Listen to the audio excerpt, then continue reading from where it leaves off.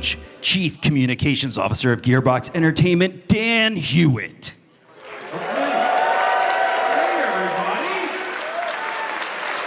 Hello, PAX people! That is fantastic. I hope you all are doing well. And sorry, I just always think, wow, there are so many people here. This is fantastic. Thank you for making time for Gearbox, and we love seeing you all. Whether you're here in the hall or whether you're watching online, you're a part of our community, a part of our Gearbox family, and we love seeing you all. I will tell you, this show has a particular special meaning for me, apart from the fact that I just love PAX in general. I have been out of the office for the past few months. My husband and I had our first child. So I have been on paternity leave, and I just came back from paternity leave like 48 hours ago. So it's like, oh my gosh. And I tell you what, I sort of have a thing. I was debating whether to do it or not, and then I'm being completely serious. Do y'all want to see a picture of my kid? Yeah! Hey, Sean, can we load up that picture of my kid?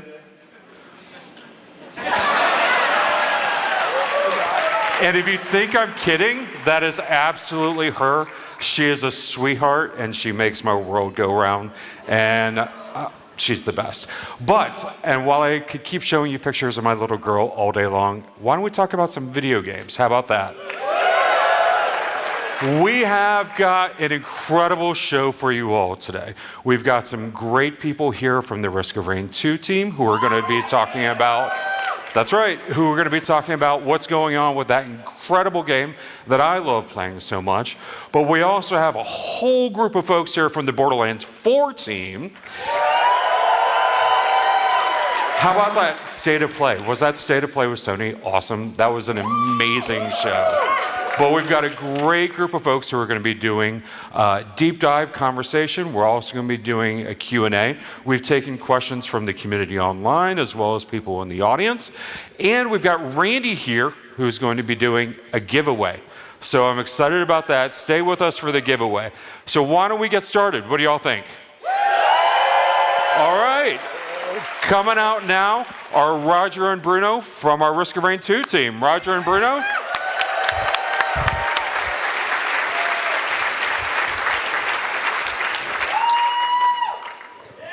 Whoa, what a crowd. It's lovely to see y'all. Crazy. Hi, I'm Bruno Fontanetti, lead designer for Risk of Rain 2. And I'm Roger Court, technical director for Risk of Rain 2. Oh man, I'm so excited to be here. Okay, since Hopu Games and Gearbox first launched Risk of Rain 2 in early access right here at PAX, it's been so exciting to see over 10 million people engage with Lemurians, Wisps, and the adorably squishy Gups. Now for the uninitiated, let's bring you up to speed. Risk of Rain is a fast-paced, third-person shooter roguelike where up to 4 friends are dropped onto a hostile alien planet and forced to survive as long as possible. The catch? Time is your enemy. The longer you play, the harder it gets. You choose from a roster of up to 16 unique playable survivors, each with their own playstyle, and battle increasingly difficult enemies across dozens of environments. It's all about finding loot, stacking wild power-ups, and balancing risk versus reward as you either try to escape the planet or stick around and press your luck for ever longer, crazier runs. Most of the time, though, you're gonna die. That's true. Diving into Risk of Rain 2, one quickly finds out that death is only the beginning. Every playthrough has the potential to unlock powerful new survivors, items, artifacts, all in purpose of the next run. Now, think adrenaline, chaos, and strategy rolled up all into one death-defying experience. Oh yeah, that's right. It's still me, sorry. A little more. After the early access update, Risk of Rain 2, we went into full release 1.0. Then a year after, we had the anniversary update where we had Bandit and a slew of other content. To be honest, Multi's best skill came out of that. And then after that, we had Gearbox and Hopu Games combined together to go straight into the DLCs. All right. Survivors of the Void was a huge content boost for the game.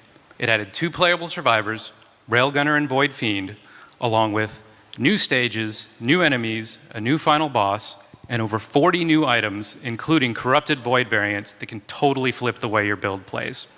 The DLC also introduced the Simulacrum, a wave-based, oh man, I always forget this one. Let me see. An endless, wave-based, something or other. It's a Simulacrum, it's cool. For those that want a purer form of multiplayer chaos. Now, a year ago, we released our second expansion, Seekers of the Storm, this time bringing 3 new survivors along with a branching route to complete the game known as the Path of the Colossus. This is a multi-stage trek that scales a giant statue and includes new stages, new items, new enemies, and elite types, and culminates in a new final boss challenge. That's awesome. So earlier this week, we released Phase 3 of the improvement updates. Phase 1 being the items, where we overhauled all of them in conjunction with the community, ensuring that we increased the fun, improved the balance, and created new synergies between old and new items.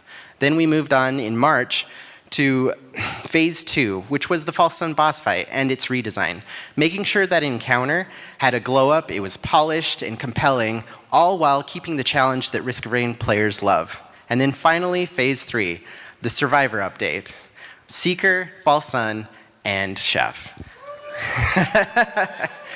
All their skills got a massive update and glow-up. And we also added multiple new abilities so that players have more choice and creativity in their runs. Now, we're super proud of the work that went into those updates, as well as the reception we've received from fans and our community. If you haven't already, we truly believe that there's never been a better time to play Risk of Rain 2. Now, I know what you're thinking. That's a lot of content. But believe me, we're far from finished. Fans have been asking us, what's next for Risk of Rain 2? And today I'd like to share with you all a sneak peek.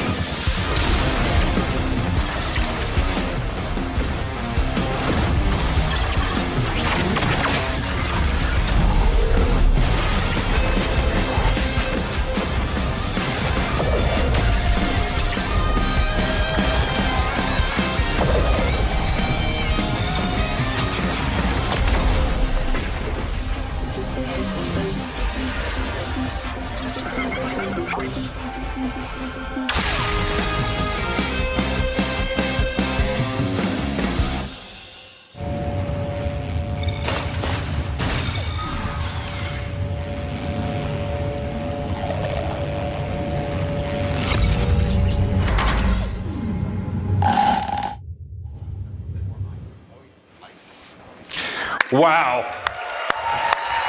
That looks so good. I cannot wait to get my hands on it. All right. So now, first off, thank you, Roger, Bruno. That was great. Now I want to bring onto the stage 2 of my best friends from Gearbox.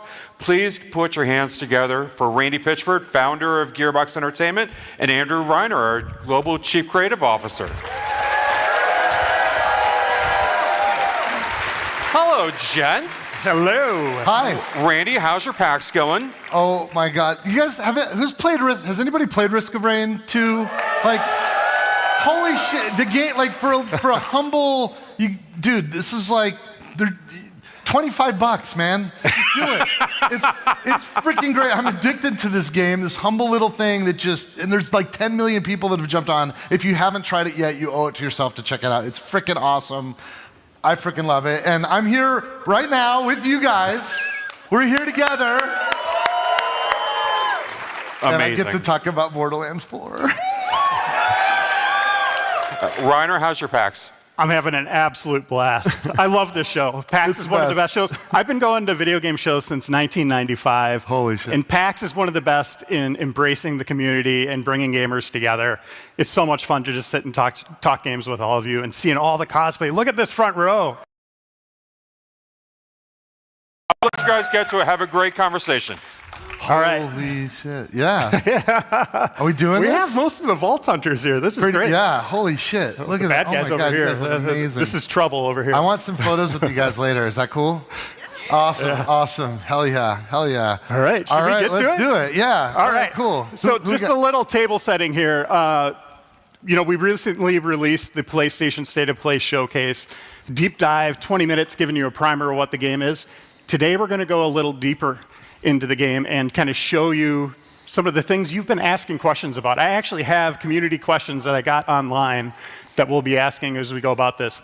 But it's not just going to be Randy and me talking today. We have developers from Gearbox here. The team's hard at work on the game right now, but they took some time to answer your questions and be here with you today. So please give a warm, loud welcome to April Johnson, our Associate Narrative Director. Nick Thurston, Lead Game Designer. And Grant Cow, Associate Creative Director.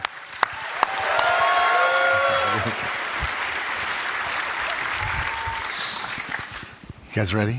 We're so Super ready. Are you guys ready?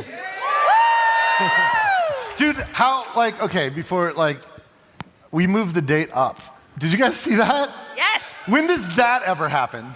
Everybody was like, oh yeah, GTA 6. Like, dude, we had no idea. We discovered it when you guys did. We've got this, you guys. This game is in great shape. We're cooking. We are cooking. We are cooking. We are cooking. Yeah, baby. All right, sorry, Reiner, go ahead. Well, I'm going to ask you a question first, okay, Randy. So, yeah, stay on the edge of your seat here. This is an intense question. No, you've been involved with every Gearbox release so far. Yeah. That's every Borderlands game, of course. Brothers in Arms. Yeah. You even worked on Half-Life game, Duke Nukem. You've seen it all. You've done it all. How do you feel at this moment in time where we're at with Borderlands 4? It's pretty good. We're on offense, you guys. Look, sometimes we're white knuckling to the landing, you know? And look, we got a lot of work to do. We're working our asses off. But the momentum is insane. The velocity is insane. I don't think we've ever been in a better spot this far from launch as we are right now with Borderlands 4. And I'm really, really stoked because I kind of need a game like this right now, you know? I kind of need this. So I'm stoked to play it. I just can't wait to get it done so we can all play together. You guys want to play together? Yeah. So let's go back to the end of Borderlands 3, kind of connect the dots for people. Just spend a few seconds before we get to the new stuff, setting the story, Randy. Lilith teleported Elpis away.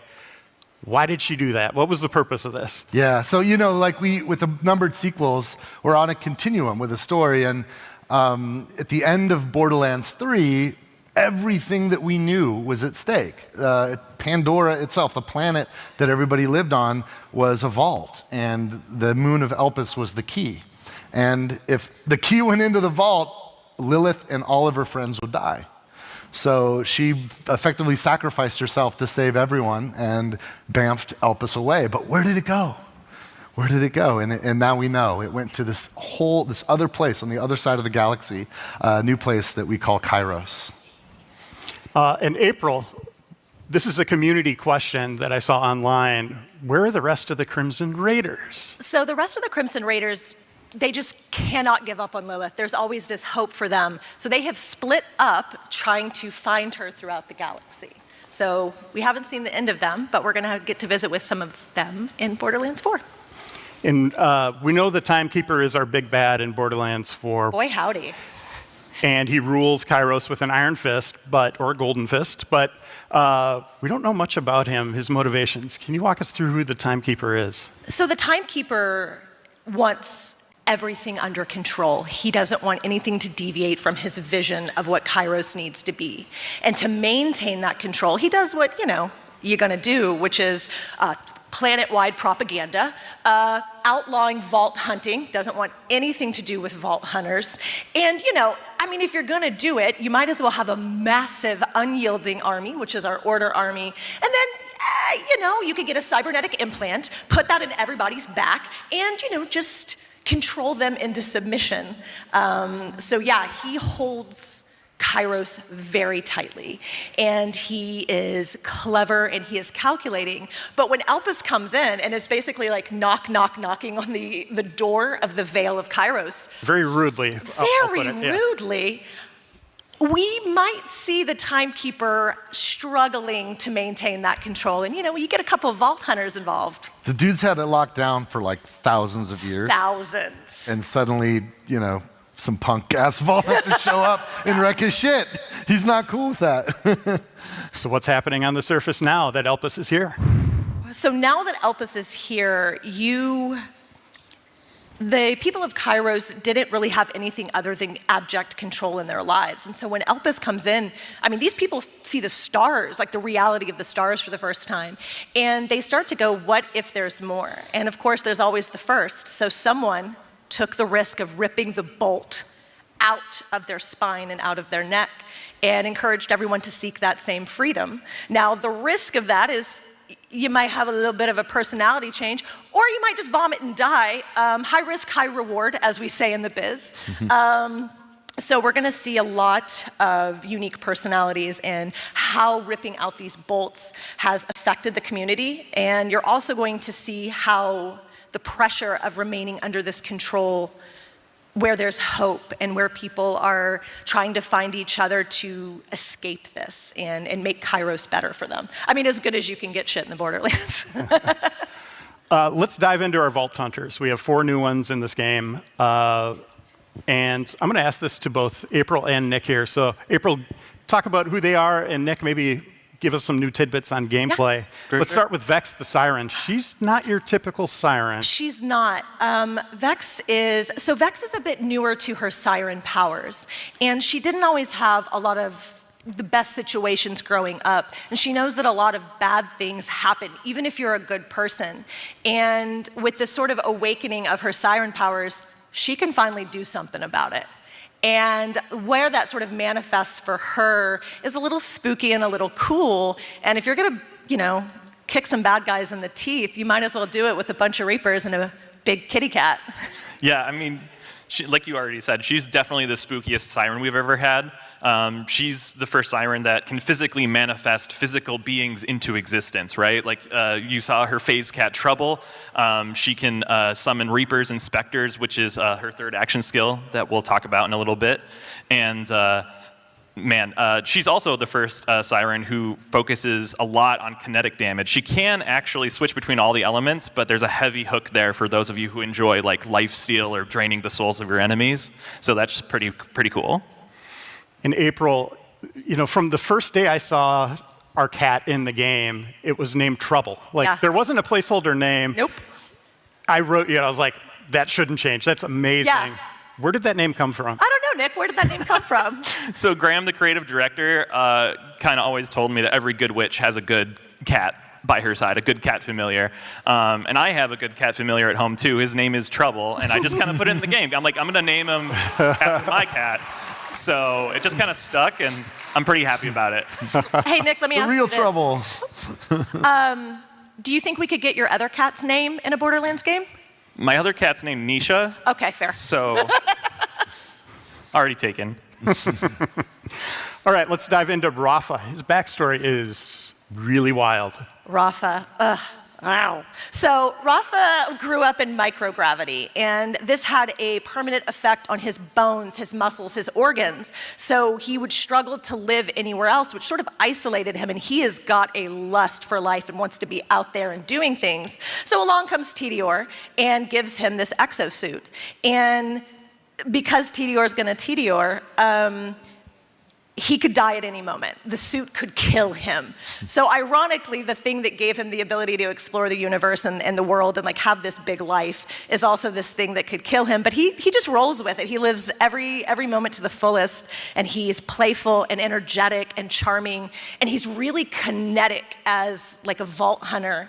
And that's really reflected in his dialogue. I mean, he's so charming that even the enemies have things to say about that.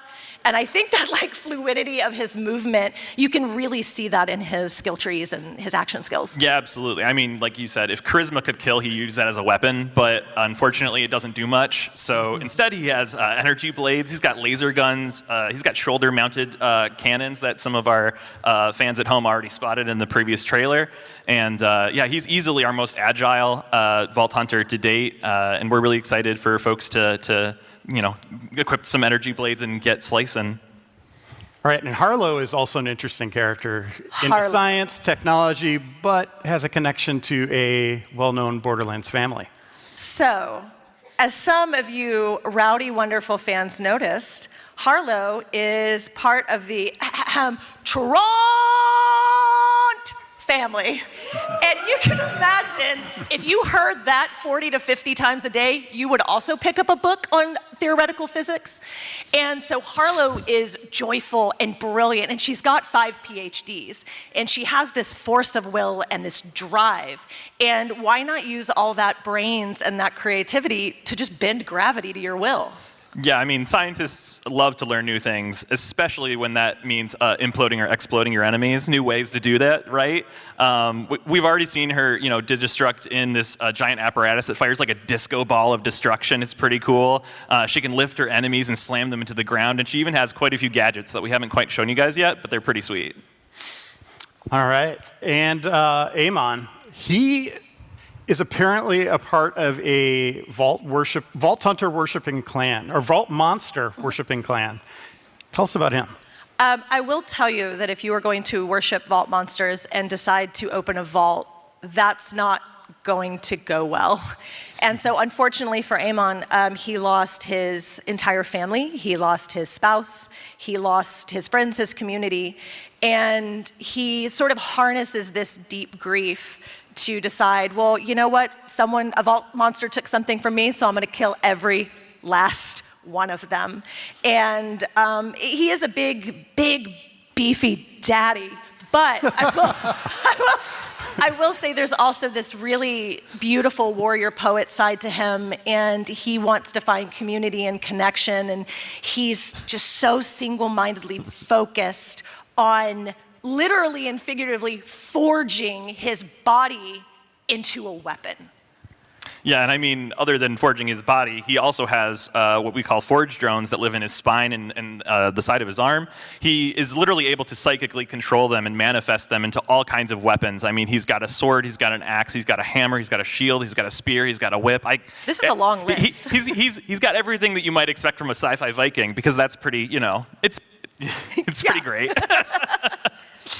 And Randy, let's focus on the planet Kairos a little bit. What can players expect as they're traversing this world? Oh yeah. Well, look, it's if you're like a human living on Earth and you want to like go someplace safe, Kairos sucks. Like you're fucking dead. Like everything will kill you out there. If you're a Vault Hunter, it's awesome because nobody gives a shit if you kill dudes and take their loot. It's also unbelievably amazing. There's incredible vistas and the highest of highs and the lowest of lows and a range of different atmospheres. Now, some parts are pretty locked down. The Timekeeper did get a hold of this place, and he's got his tamed center of the planet where he commands and controls everything. But out in the wilds, it's nuts. And also, even in that area, it's not safe unless you are on the side of the Order. So for a Vault Hunter, it's just everything's possible. And this is the biggest, by far, universe that we've built, and it's seamless. There's no load times. Just you see something anywhere on the screen, a mile away, up in the sky, you will be able to get there. Yeah. And Grant, we have dynamic weather systems. Walk us through what players can expect. Yeah, and Kairos, there will be a myriad of different storms, from rain to thunder to snow and dust. They won't have a direct impact on gameplay, like your damage is going to increase or decrease because you're in rain, but you will have vision obscurity, you will see some things harder and some things that are easier to see. So just be prepared and go out and kick some butt. And Kairos is huge. You know, this is a fun place to explore. We're going to have story missions all over the place, but there's other things that you can do in the world. Grant, walk us through some of those as well. As players go through Kairos, they will have a myriad of things to kind of encounter, ranging from dynamic world bosses to NPCs that need help. All of these are just like loot chases, so anytime you do any of these, you'll be rewarded with good loot and like a loot chest and stuff. So be sure to stop and help the locals, be sure to kill the badasses that spawn, and try to fight the bosses that try to kill you. And Randy, in our State of Play showcase, vaults were mentioned. Plural, what does that mean? Plural is plural. Yes, there are vaults. Yes. you want me to give it all up right now? No. Yeah. One shoulder at a time, baby. I'm a former journalist. I got to do it. And as I just said, Kairos is huge. How are we getting around? Well, you know, you can do what you used to do, run and walk, and but there's a whole lot of new stuff. You could jump, of course, and you could double jump, and you could climb, and you could glide, and you could grapple. And one of the, you know, we've had some big environments in the past, but we've always, when we've wanted to traverse longer distances, you know, you've gone to a vehicle station and gotten in your truck or your car or whatever you're into. We kind of came up with this idea, like, what if I can just use Digistruct technology to bring my personal vehicle to me at any time, anywhere. And it's awesome. Like, I can just get on a bike and cook. And there's so many cool chassis and tons of customizations that you'll collect and loot. And it's freaking fun to just grab that. And if that's not cool enough for you, then you can grapple too and go, and that's fun. It's a lot of ways to get around.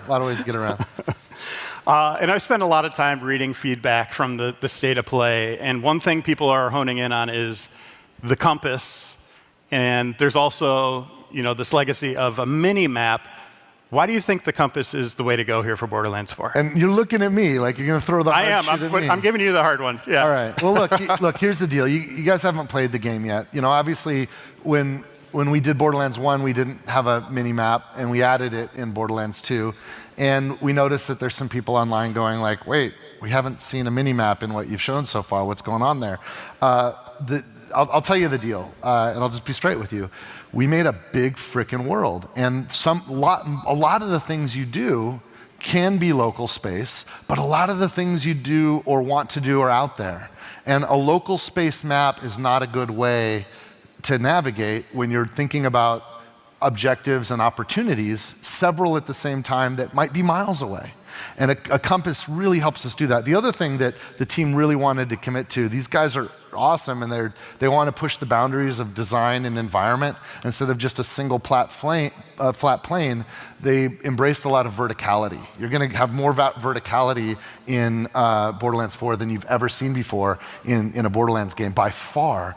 And when you have a layered environment, a top-down two-dimensional view is extremely confusing.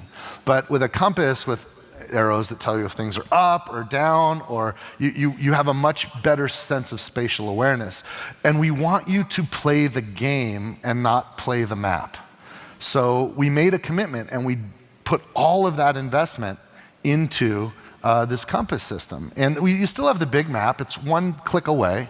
And we put more cool stuff in there than we've ever done before. We even have like an AI-driven kind of navigation system that'll give you a GPS on the big map to show you the line of where you can go. And there's even an in-world companion Echo bot that has some features there that'll help you navigate. And there's a lot of tools that help you navigate.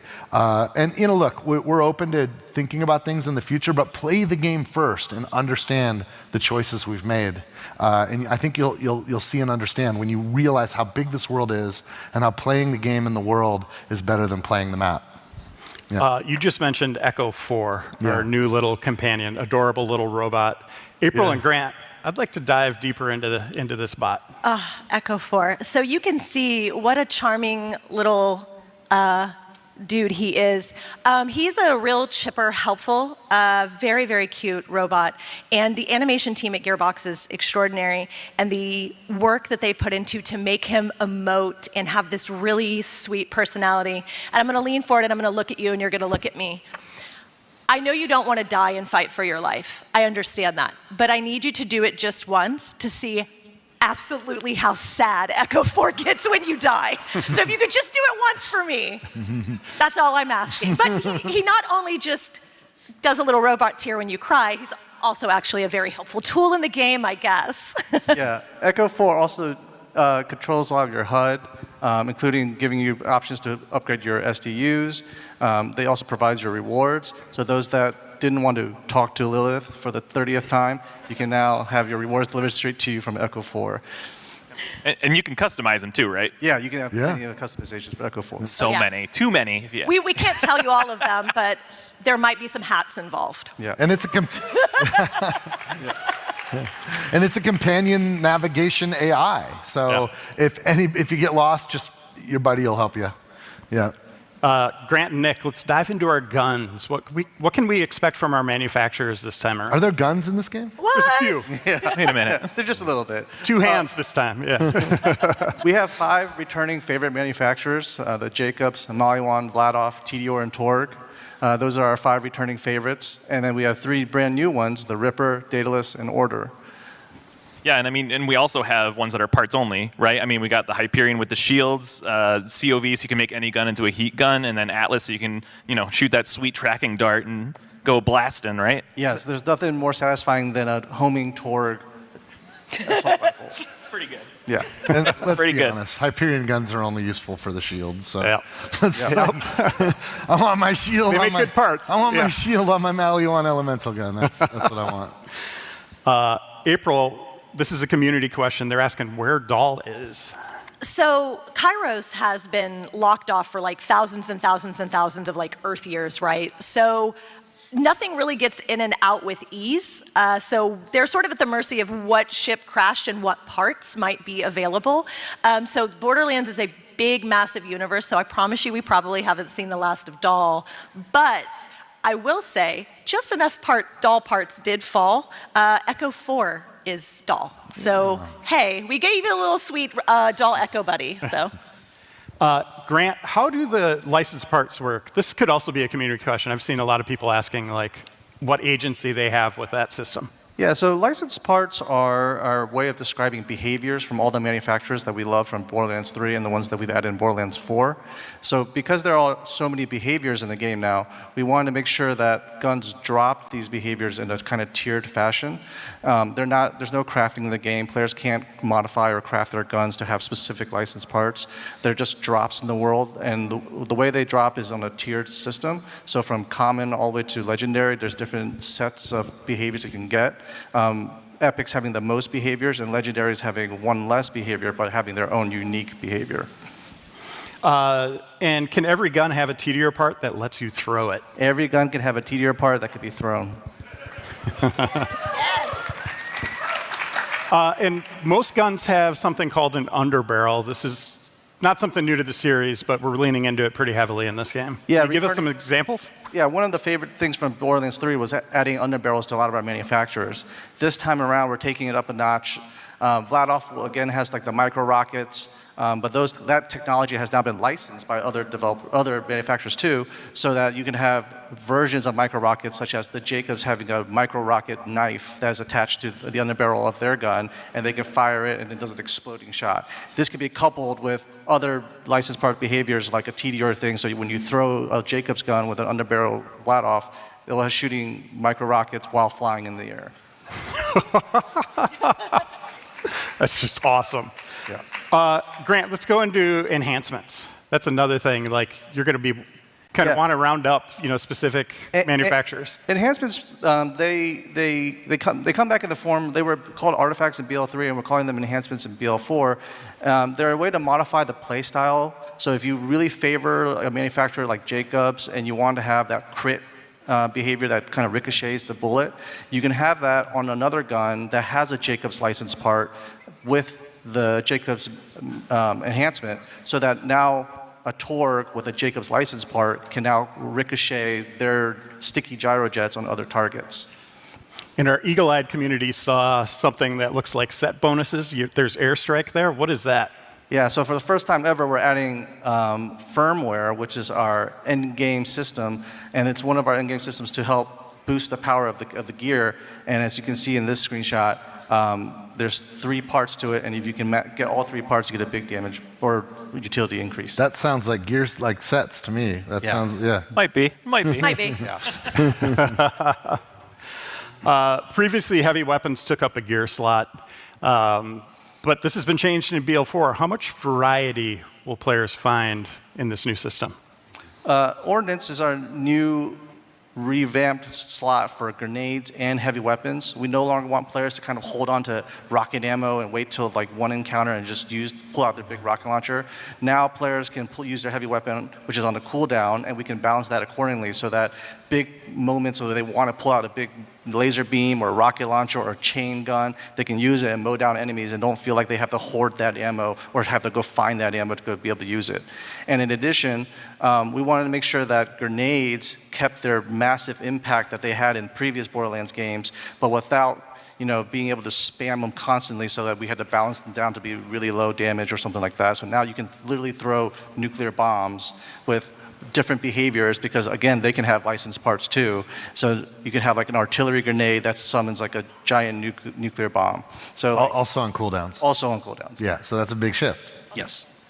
Yeah, and this is another question from the community. How will shields and grenades work? So grenades I just explained, but shields we're also amping them up too. We're adding a new shield type called armor, and that's a more offensive-focused shield type. We wanted to promote that kind of offensive gameplay. So if you're running and gunning and jumping into combat, your armor shield has a chance of regenerating in combat, so that you can be more offensively focused. In this Borderlands game, Nick, brings more variety to the characters than ever before, our Vault Hunters. Yeah. What can we expect from those builds? I mean, it should be the most diverse builds we've ever seen. The skill trees are like 2 to 3 times, I think, anything we've ever done before. We have what's called like a trunk and then branches that let you specialize more than you've ever been able to do. And like, it's not only my goal that I want to have a Vault Hunter be able to have a unique build for every tree. I want them to be like unique per branch. I want you and your friend to have the same action skill and have meaningfully different builds. And there is more than enough in this game for you. So we could all have trouble, all 4 of us. Yeah. But they're all performing very completely different. That's so cool. Randy, these Vault Hunters, I know you love them. What can players expect? I mean, they're the best ones. we got the best. Look, I'll tell you, this is the simplest way I can talk about our Vault Hunters. My biggest customer is my wife. She loves Borderlands, and when we make her happy, it's a good day for me, and when we don't, it's not. There's usually one Vault Hunter where I'm like, this is definitely going to be Christie's Vault Hunter, and I put a huge amount of personal English on that character. This one's going to be challenging because there are at least 3 that have some variations in builds that are exactly right up the alley of what I know my wife loves, and that's just like a tilt on it. For my own choices, there's 2 that I'm probably just going to be flipping back and forth between. I think there's more for every player than there's ever been before, because of the sophistication of the skill tree system that we've designed, that is easy to get into and easy to develop, but there's like layers and nuance and subtlety that as you craft that character towards your own playstyle, you're going to find that, oh, this is me and I feel at home and comfortable. And we have more optionality than we've ever had before. It's awesome, but it's going to be a tricky choice to Oh yeah. Every time I boot it up, I'm like, oh, I know. Who do I want to play it? Well, we've had our like regular play sessions where we're bouncing around too, and that's evidenced by, like, it's just all really fucking good. Yeah. Yeah, Nick, let's go a little deeper on this, showing Vault Hunters and Gear working together. For this example, let's focus on Vex and crowd control. Yeah, so I mean, the third action skill that Vex has is actually called Dead Ringer. We didn't show it off much in the state of play, but eagle-eyed fans have seen a spectral version of Vex wielding a scythe. It's a charge skill that kind of lets you decide to either spawn a Reaper, which will taunt enemies to kind of take the heat off of you, or to summon Specters, which are the opposite, which they specialize in damage, but they're very fragile. So because of the fact that Vex applies her elemental attunement to whatever she summons, you can do something like, have a Malawan gun that has fire and cryo. You can switch to cryo, make a Reaper, slow down the enemies all around you, so that way they're staying a safe distance, and then switch to fire and just spawn another 2 Specters behind them that'll just light up the enemies. There's so much possibility with Vex and elemental gameplay. It's really exciting. You could put those anywhere on the battlefield, right? Like, absolutely, yeah. And by the way, there's at least one class mod that will let you actually pass on your gear to Specters, which is always pretty exciting. That's awesome. Yeah. Grant, we talked in the State of Play showcase about gear balance, the rarities mattering again, legendaries matter again. What did we do? What else have we done to improve the gear chase? Yeah, because gear now has so many behaviors and they ramp up and they escalate in the amount of things that can happen. We want to make sure that we adjust the complexity so that players aren't bombarded with so many behaviors right off the bat. So we've adjusted the kind of the loot chase so that when players are playing the game, they feel a natural progression of like, oh, okay, I'm adding more things to my gear, I'm adding more things to my gear, so that when they go and express themselves in the combat battlefield, they're not, just being mysteriously overwhelmed with so many things that are happening. And because of that, legendaries now have legendary power. They feel super strong. They come at moments, rare moments that when you open like a red loot chest or you kill a super rare boss. And when you get that unique legendary behavior, you're going to be like, oh, okay, this really changes the way the game plays. So we're reducing the amount of legendaries, but you're going to feel every single legendary when it drops. Yeah, legendaries are legendary. Let's in spoil every one. sense. Let's spoil one. Let's give the community one of them. What can we expect? One of the legendaries that drops from one of the major bosses in the game is called Ruby's Grasp. And Ruby's Grasp is, if you've seen the State of Play showcase, there's a boss with lots of hands, and Ruby's Grasp is just one that just won't let enemies get away. So, By the way, did you clock the little subtlety there? It dropped from that boss. Does that mean dedicated drops from bosses? What? yes. The answer is yes. The game will ship with dedicated drops across the whole game. Every boss, every mini boss will have dedicated drops. Randy, I'm going to throw you the last question here about co-op. Because I play with my wife? Yeah. Yes. What does it mean to Borderlands 4? What have we done that's a little different this time? Co-op is a religion to us. Here's the thing. It's so awesome that Borderlands is freaking killer when you play alone. And we know a lot of people, they just want to do their own thing and don't want anybody else messing with them. And Borderlands 4 is an awesome solo game. But if you like co-op, it is best in class co-op by far. We have revamped the lobby system, so it's easier than ever to connect with people and easier than ever to get into a cooperative game. And it's drop in and drop out anytime you want. None of this play for 3 hours and then you can start co-op. No, just get in from the get, and people can drop in and drop out. And here's a cool one. Massive world, right? No load times.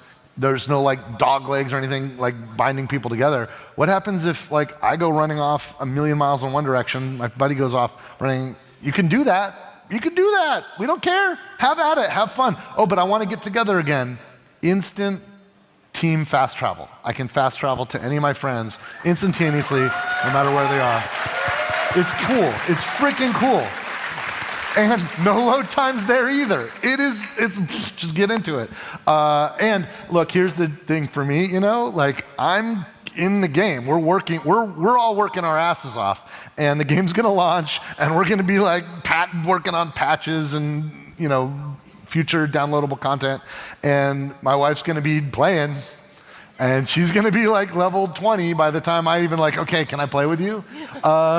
Dynamic level scaling. My level 1 chump can jump in her game, and the game will handle it. Even if I want to be on hard and she's on harder because she's a better gamer than me, it's cool. And also instance loot. So when the loot drops, there's loot for me and there's loot for her, and everybody's cool. And that's just like the beginning of our commitment to best-in-class co-op. We're leading the charge there. Other game developers, like, do it, man. I love your games too, but frick, man, why are you promising co-op and then gimping out? Like, give it to us. You can do it. Co-op. Well, that's it for our Q&A. You know, here's the thing, you guys. I'm looking at the clock. I want to give some stuff away. Do you mind if we switch modes for a minute? Okay. Yeah. Cool. I'm going to take over. Okay, so here's the thing. So I know you guys sometimes like when I do a magic trick. I'm not saying there won't be any magic, but because it might be. But you have to absolutely be convinced that this is fair, because I'm going to give something away, but I can't give something away to everybody. So, is there anybody today who it's their birthday? Anybody got a birthday, like literally today, that you would be able to prove it? If you have a birthday today, come on up here, come up and join me right here. If it is your birthday today, and Will might check your driver's license or something, so don't lie. If it's your birthday, come here. Because holy crap, you're spending your birthday with us. That's amazing. That's amazing.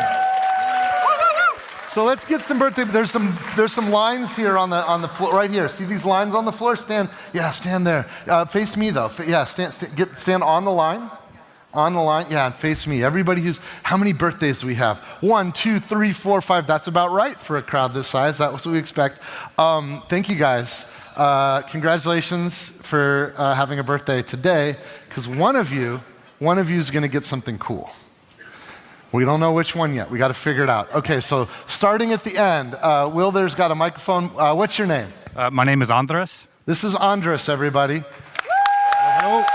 Andres, what do you do for a living? I'm an engineer. An engineer, all right. Making the world more convenient, easier to use the world. That's cool. All right, Andres. I think we respect engineers, right? All right, cool. All right, pass the mic. What's your name? Trevor. Trevor, what do you do, Trevor? Also an engineer. Do a lot of that. You're going to split the vote. Pass the mic down. What's your name? I'm Elle. Elle, what do you do, Elle? I'm a writer and editor for a pretty popular YouTube channel. Oh, making content for us. That's cool. I dig that. Pass the mic down. What's your name? I'm Chad. Chad, what do you do? I work at Progressive. I handle all your auto repairs. Auto insurance. All right. What's your name? I'm Neil. Neil, what do you do, Neil? I'm a technician and I help fix things, yeah. Fixes things technician. All right, one more. What's your name? Hi, I'm Rich. Hi, Rich. What do you do? I work in banking. A banker. Okay, it's up to you guys. All right. Engineer number 1. Engineer number 2. Streamer, creator, content person from YouTube, doing YouTube stuff. Okay. Insurance. Technician. And banker. Dude, I think our insurance guy is the guy. Okay. Can you come? Will's gonna take you backstage. The rest of you hang out, because I got something for you guys too. But so like maybe hang out over here. So here's what we're gonna do. We're gonna play a game. If you guys can just hang out over here, maybe somebody can. Yeah, you can watch. We're gonna give something away. We're gonna need a random number. Can we get our loot chests out? We're gonna open a loot chest. Let's get our loot. Come on out, loot chests. We're gonna get our loot chests out, and we're gonna open a loot chest. And we're going to win a prize here. Now, it could be any one of these loot chests, and you're going to see that there's 100 loot chests that we're bringing on stage. We don't know which one we're going to get. We're going to get a random loot chest. And first of all, we're convinced that this was a random choice. You guys picked who's on stage. We now have to be convinced that we're going to pick a random loot chest. So our friend who's going to join me on stage is going to open. Well, we're going to see what's in one of these loot chests. I'm going to use you guys to help me figure out which one of these loot chests are going to open. Why don't? Okay. We're going to do it again, and one of them is going to start with a number. Okay, so whoever we end up picking is going to give us our number. We got numbers from 1 to 100. So do you guys want one of our engineers? Our YouTube content person? Okay. Our technician? Or our banker? All right, let's start with our YouTube. I need a number between 1 and 100. Actually, you know what? We'll do both the banker and give me the first digit. What's the first digit? We're going to... 2. And what's the second digit banker? 9. 29. Is there anyone in this room that doesn't believe that that was a randomly selected fair number? Is there any skeptic that isn't absolutely convinced that 29 is a random? I saw a hand go up over there. I saw that hand. Stand up, skeptic. Stand up back there. You don't believe that 29's random? You think that was a setup? You think they're stooges? You think they're in on this with us? Okay, you know what? Give me some other number, and we're gonna just give me some other number. 8. Should we, and who, there was another you. Are we gonna add 8 or subtract 8?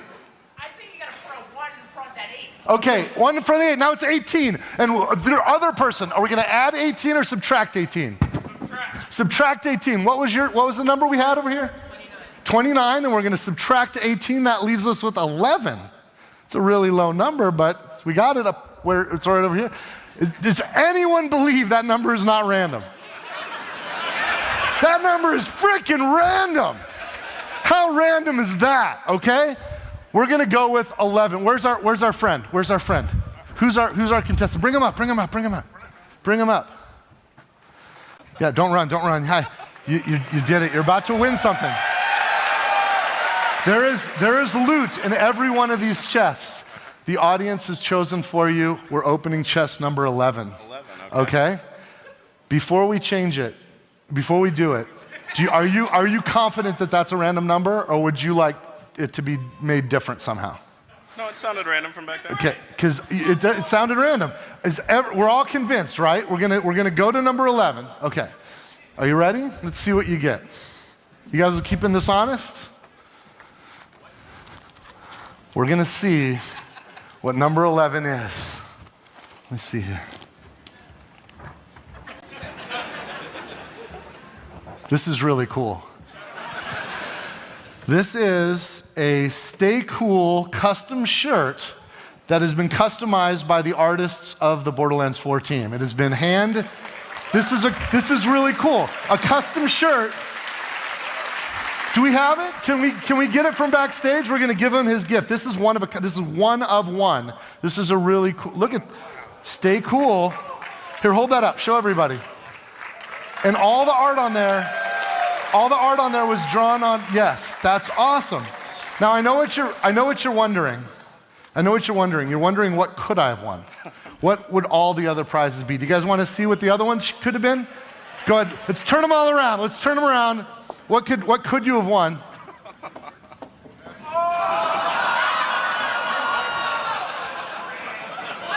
Bro, they're all Borderlands 4. You could have won months early a copy of Borderlands 4. But this is better, right? This is better. Wait a minute, what's this? There's something on here. Here, can you hold this up? Hold this up. Can we get the lights out here? Can we get the flash? Yeah. Can you guys see that? There's something really faint on there. Let me see. I think these are UV light. Oh, look, that looks like some code. A shift code? Is that a shift code? Do you know what that means? Whatever that is for everyone in the room. And for you. And you wear this, anyone who can see that, and this glows bright as day outside when you're in the sunlight. because sun has UV. So take a picture of that, write it down. This is the best shift code we've ever given out, you guys.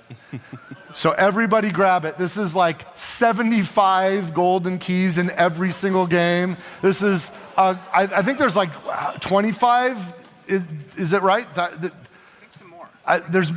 Is there more? Yeah, 75 golden keys and diamond keys. There's like 25 diamond keys. This is insane, you guys. So everybody in the room gets the best and yes, so congratulations. Thank you. Happy birthday. Oh, and I got one more thing for you that we're gonna send you if you give us your and every one of you that has a birthday, we're gonna give you a collector's edition of Borderlands 4. When it comes out. So please, Will, can you get all of their contact information? Get all of their happy birthday to you guys. Thanks a lot, cheers. Yes. And by the way, that was sort of a foreshadow. And thank you to our helpers here with the loot chests. This is a foreshadow of something we're gonna do it.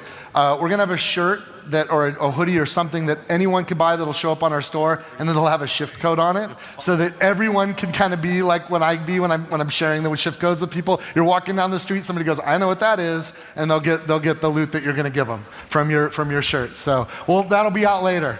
So awesome, you guys. Now we do have some time left. And there's some.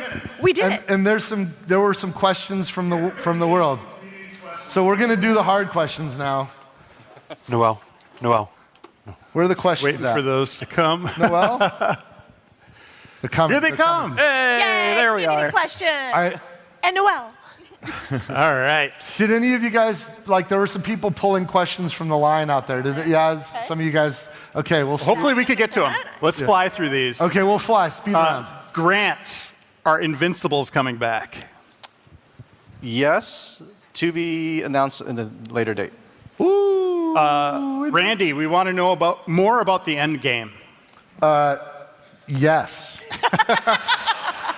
We'll say more very soon.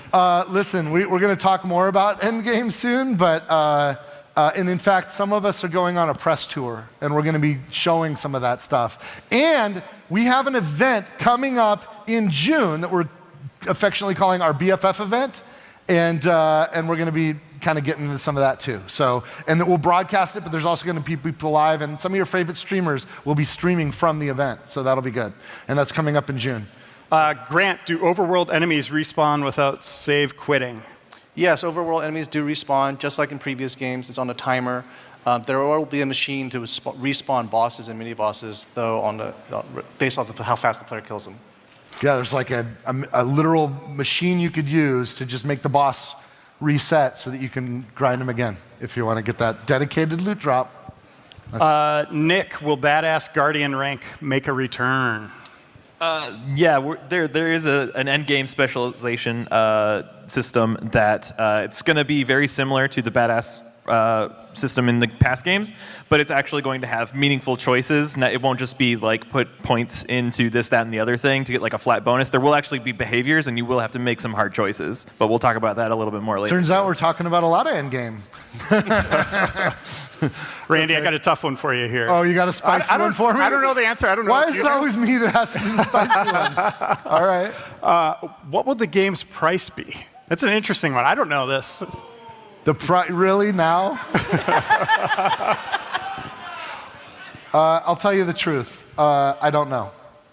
And that is the truth. I'll hit it. I'll hit it straight on. And it's an interesting time, right? We've got on one level, we've got a competitive marketplace where the people that make those choices want to sell as many units as possible, and they want to be careful about people that are price sensitive.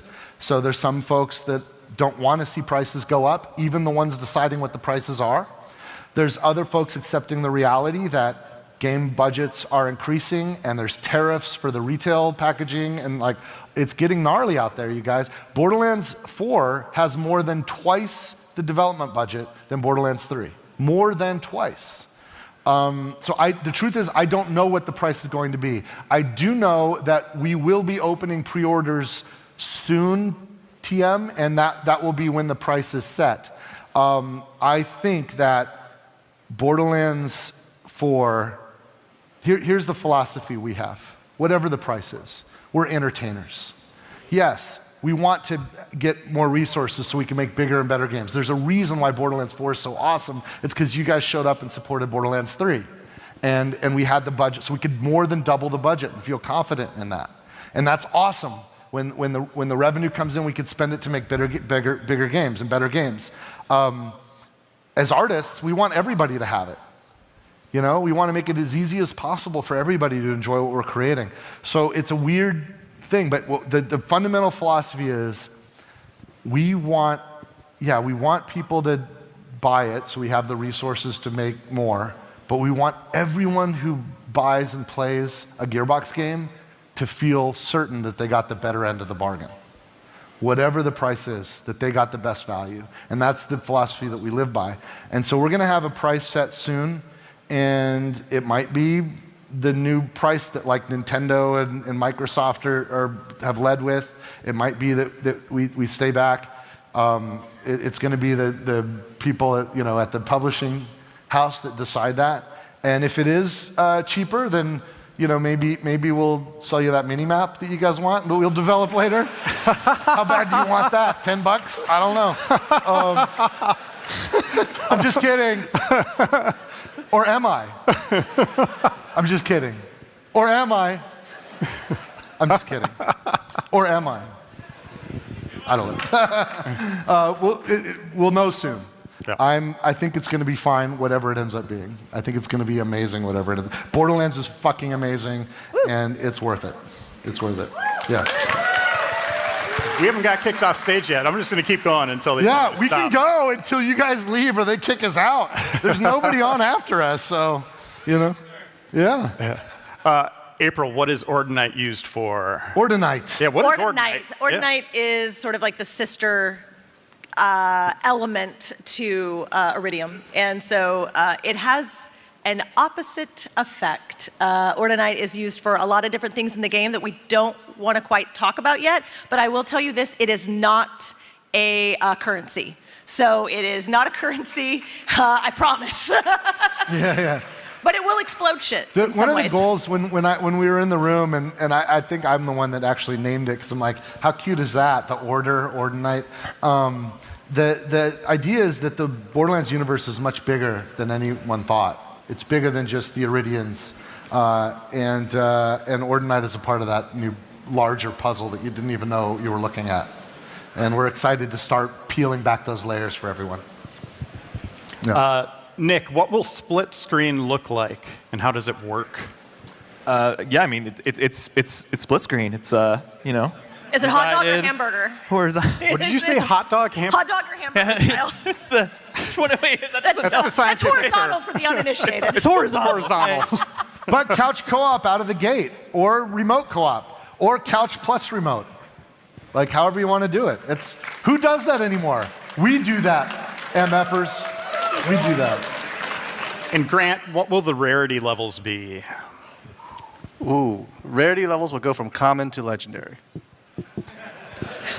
Thanks, Grant. There's your, we nailed there's it. Your, nailed there's it. your gray. There's your green. There's your blue. I don't like how you're saying there's that, by the your way. purple. And then there's orange. There's your orange. There's your Hold on. I'm such a fucking troll. Randy. I'm such a troll. Last one I'll ask here. After collecting vault key fragments, can you repeat the same vault over and over again? Yes, you can. Rerun your vaults. Yes, rerun your vaults. Awesome. There's spectacular loot hidden behind. You do have to start the entire game over. No, I'm kidding. I'm kidding. That's it for us. Ooh, you got through the questions. I did. I did. We got through it all, but yeah. Oh, you were standing there? I'm like, come on, we got to wrap it up. Let's go. All right. Let's give a round of applause to everybody. Thank you, everybody. Thank you so much. I really appreciate it. Cheers, you guys. All right, you all. Thank you. So, as Randy mentioned, we are hitting the road. Like, literally, Pitchford and Reiner and I are leaving this afternoon, going around the world on a trip. But we're coming to a place near you. In June, on June 21st, we've got the Borderlands Fan Fest event, and that's... Hi. Run the trailer after this. Okay. We've got the Borderlands Fan Fest event on June 21st. We're going to be going to Billy World, and that'll be coming up in July. In August, we're going to be at Gamescom. We're also going to be at PAX West if you're in Seattle. And in October, we're going to be heading to PAX Australia. So I'm looking forward to that. But if you're here, where you're going is up to the Q Hall to get that poster signed. We're going to be hanging out up there doing autographs. So please come say hi to us, and we'd love to say hi to you. And we're going to do one more run of a trailer. All right, thanks you all. Let's hit the trailer.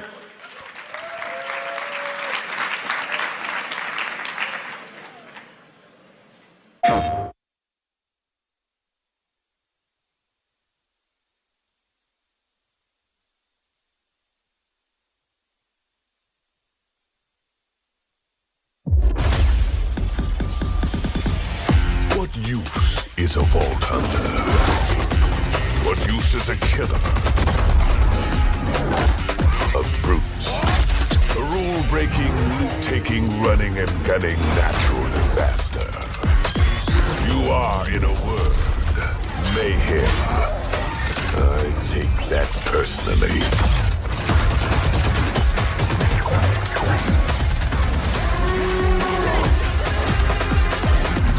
Nothing wrong, ain't nothing wrong with a little bit of hot. No, nothing wrong with a little bit.